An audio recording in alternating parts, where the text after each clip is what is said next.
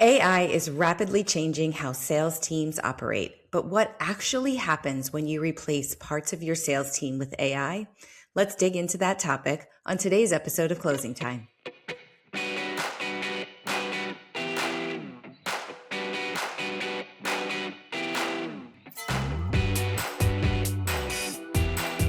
Welcome to Closing Time, the show for go-to-market leaders. I'm Val Riley, head of marketing for Insightly and Unbounce. Today, I am joined by Deepak Shukla. He is an entrepreneur and AI strategist who has been helping companies rethink their sales workflows and operate with AI. Deepak, welcome to the show. Hey Val, really happy to be here. Excited to talk about AI and thank you for the introduction.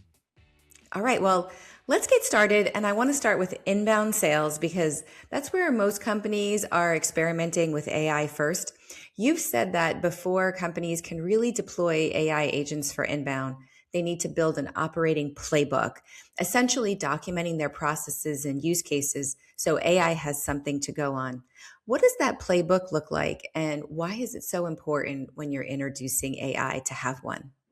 Sure. So I think that people hear playbook first of all, and their mind melts a little bit because they think, okay, I've already got a playbook. My guys have got the pricing, they've got the framework and the layout. But in practice, what tends to happen is there are almost an infinite amount of edge cases, more especially so with service-based businesses, but I've also seen it true of SaaS. So as much as anything is productized, where it actually is, let's call it software as a service or a physical service, or digital service, there's always edges. I mean, I've renegotiated contracts with Zoom Info, with HubSpot, and many, many other companies. And I'm sure there's a lot of people out there doing the same. So what happens then in practice is that people implement AI too soon because you've not thought about all of the different types of scenarios that come up. So how do you, for example, adjust dollar pricing when you're talking to a Canadian versus talking to an American? Because of the currency conversion, everyone's still talking in dollars, but the value is totally different. So what tends to happen, and that's what happened in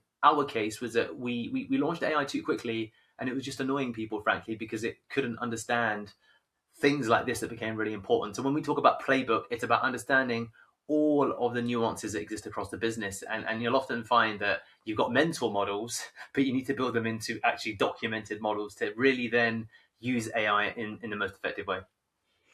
Yeah, sometimes it feels like the exception is the rule, right? Because when you're trying to negotiate, you're definitely willing to make adjustments or changes that don't follow like the exact pricing that maybe is on your website, just to make a deal go through. So it's all of those edge cases that really cause AI to stutter a little bit. Yeah.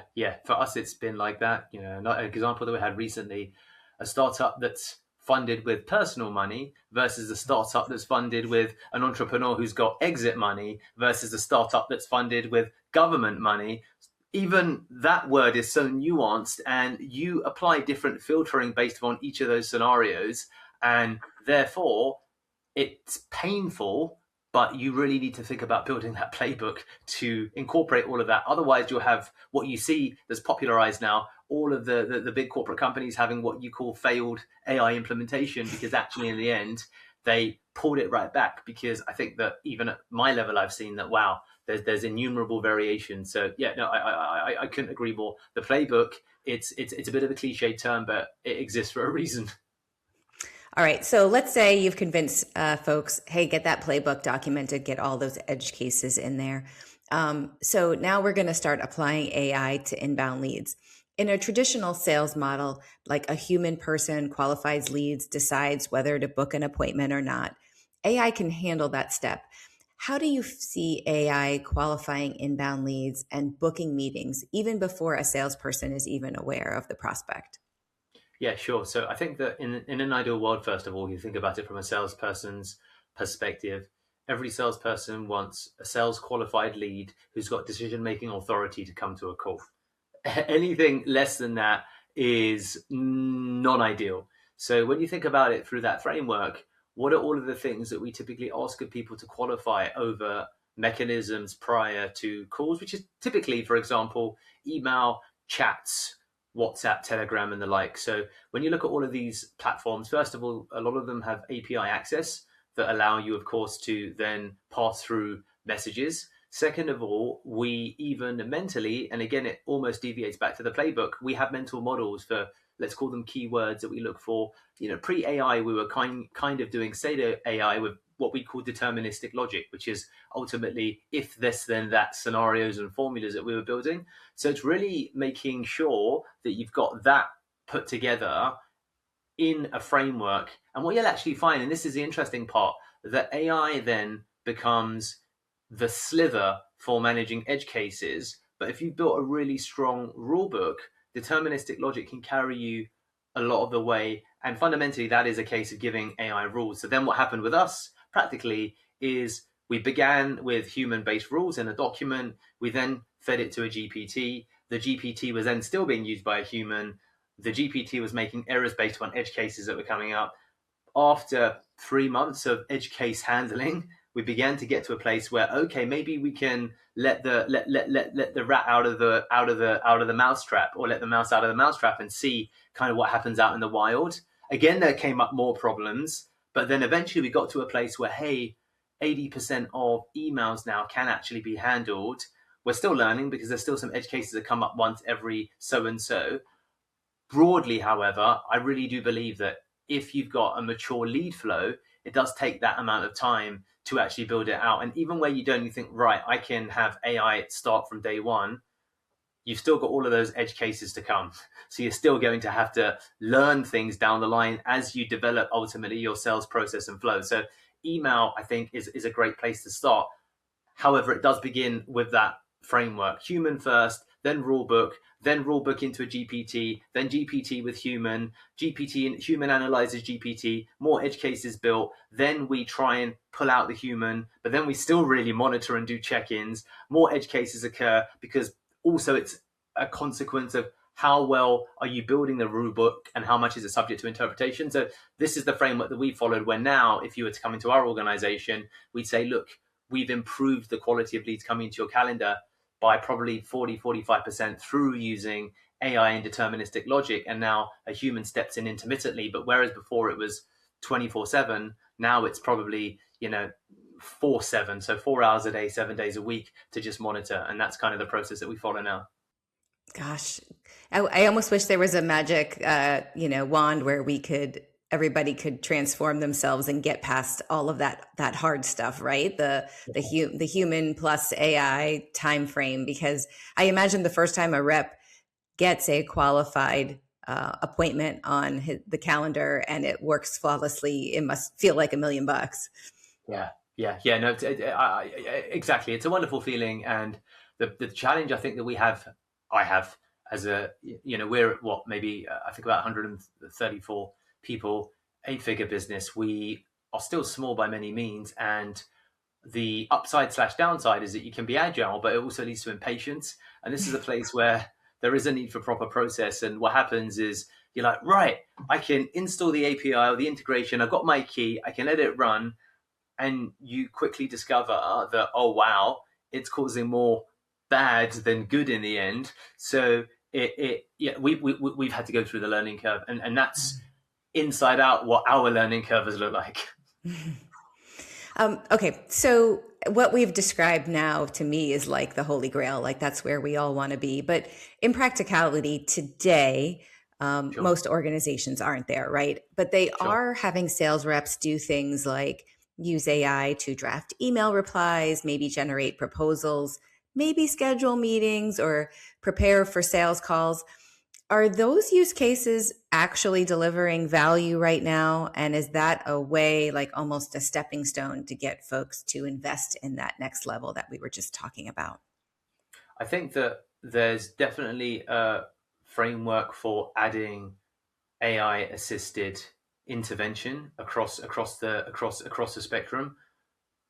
Again, however, annoyingly, it is a matter of how intelligent you can prompt engineer, because two people can say, great, I did. So I'll give you a practical example of what this looks like. I observed, language is a funny thing. I have two sales reps that will both say that they've done sales prep, and they'll produce completely different materials across the spectrum in terms of what they have that's useful for the call. Because you can ask an LLM to prepare you for a call, but it's still relative to how the LLM is primed and what's also important to the company in terms of outcome. So that might mean, hey, if I'm preparing for a call, I want to also have the rep know about what's happening in their industry and not just about that service. So you can sound like an insider. And I want you to be able to use industry jargon. So if you're talking to a chief revenue officer, if you're not using ABM, SQL, MQLs, AOV, LTV, and you're going to talk about, so then we close business and then we get the next deal, there's a real distinguishment of quality. So again, who's prompting? And therefore, what is the output? So all of that is possible. The truth is that it's the whole kind of monkey with the machine gun scenario that you need to still, I think, design frameworks to ensure that there's a kind of a ringer that every prompt is going through to ensure that there's kind of consistency of output. If that's what you're looking for, like a bit of a standardized knowledge base, a dossier, if you will. So that meant that with the GPT that we ultimately built for sales reps to use, we had to put really strict guardrails, build that in. And now what happens in our team is that if you, for example, have a booking that comes into your calendar, then we'll run that through a knowledge base that has strict instructions as to what it should produce. So that in that scenario, it works really well. I know still the reps do use it, but the problem also with different reps using AI is it again that problem of producing wildly different results. Some people get lazy, and you can tell they've got the double dash, which is quite classic within AI. But not everyone apparently is aware of that, because I still see it in emails coming up. And then also there's just funny that's because people get lazy. They just say, "Improve this." There's no avoiding the hard work. So it's again that 20% of people will produce, I think, quote unquote exponential results, and then everyone else you'll just be able to tell from looking at it. Val didn't write this email.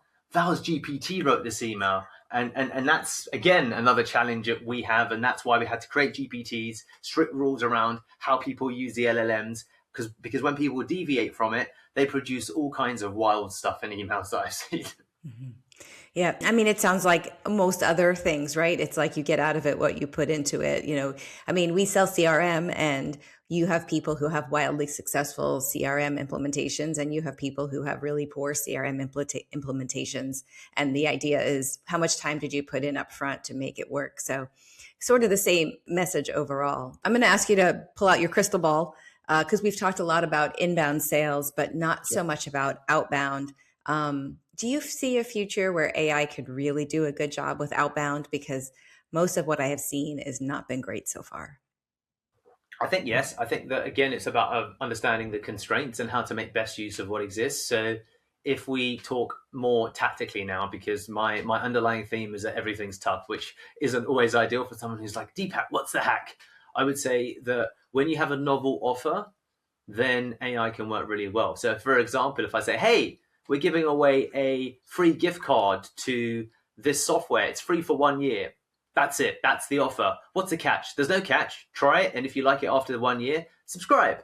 That's a novel enough offer that you don't really care about the quality of the salesperson who's pitching that, because the quality of the offer is strong enough of itself to convey the message. So in those types of environments where you truly have a unique offer, unique mechanism, something that, this is the kicker. Most companies don't. Most companies just don't. If you're in, I'm in digital, like almost everything is commoditized, unless you can figure out Alex Hormozy talks about the $100 million offers. Russell Brunson talked about it before him with ClickFunnels and all of his books. And before him, there were others. You need to, if you have a unique mechanism, then I do believe that AI outbound can work, because it's just about the quality of what you're offering. Then even if it's fumbled and it sounds a bit robotic, you don't care. You don't care. A little bit like in the same way that I make lesser distinctions with people that have broken English, struggle to get through a pitch, but they're selling me, for example, a software product. If the quality of the features and benefits are important to me, I make more of a decision on that if there's a need there, as opposed to how well they conveyed the pitch. And that gets more complex as you go down the hierarchy with services. So yeah, when there's productized offers or something that's novel, I do think AI outbound can work. Okay, well, that's exciting. Maybe that's the first step, is those novel offers that are really sell themselves. Yeah. Okay, last question. You're talking to a sales leader and they're curious. They're not doing anything AI related.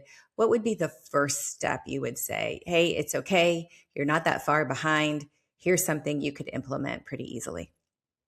Sure. So I think that the first thing would be, I mean, I'll go through a couple of things because it'll be different for different people. But number one would be, hey, pay for ChatGPT or pay for Claude. Number one. Number two would be, hey, if you pay for it, then also start using projects and also within ChatGPT as an example, because people tend to skew one way. I use ChatGPT for everything at the end. I tried other LLMs, but your brain doesn't work that way. So but all of them broadly offer a similar kind of suite. You have your paid subscription, then you have GPTs. I'm not sure if Claude can do that. Probably it can. Then you have projects, and I think getting familiar with the house in which many future businesses will live in is the first thing. So I think that the biggest thing for business owners is to be, especially if you're small and agile, is you have to be familiar with what you're doing to make best use of it. And then I think from there, you'll begin to kind of extrapolate out what's possible. I think, and I tried that. What I did try is have other people deploy it, and then there was incorrect deployment because they didn't have enough of an understanding of the business and the nuances. So also, if you're the business owner and you're not going to be the person doing it yourself, give it to someone who's tenured within the business who understands how the business works. Because the problem with people that are avant-garde AI is that they still need to learn the nuances of how your business works internally, which is problematic within itself. So you need to find where the rubber hits the road and find someone who understands the business well enough, but is open enough to really embrace what's new and get through the learning curve. And that's kind of the sweet spot. And ironically, in smaller companies, that actually tends to be the founder. And founders will often defer the burn your brain calories part to someone else. And when it's something that leads to category changes, I think it's not sensible. With AI, it's a paradigm shift. So I think that that's where owners should come in and put in the hard yards because it can lead to massive changes. Like it's transformational. So I think that that's where I would start if you have yet to embrace it. I don't think anyone would argue it is definitely transformational. I also want to do a quick plug. If your sales team and your marketing team can be on the same AI LLM, that's a plus. So that's my little plug from the marketing chair. Yeah. Agreed. Deepak, this has been fascinating. Thank you so much. I think a lot of companies are asking these questions right now, and I think the timing of this episode is perfect. So I appreciate your time. Oh, no, thank you for the chat. I really enjoyed it. And thanks to all of you for joining us as well. Remember, you can get this episode and every episode of Closing Time delivered right to your inbox. Just click the link in the show notes. We'll see you next time.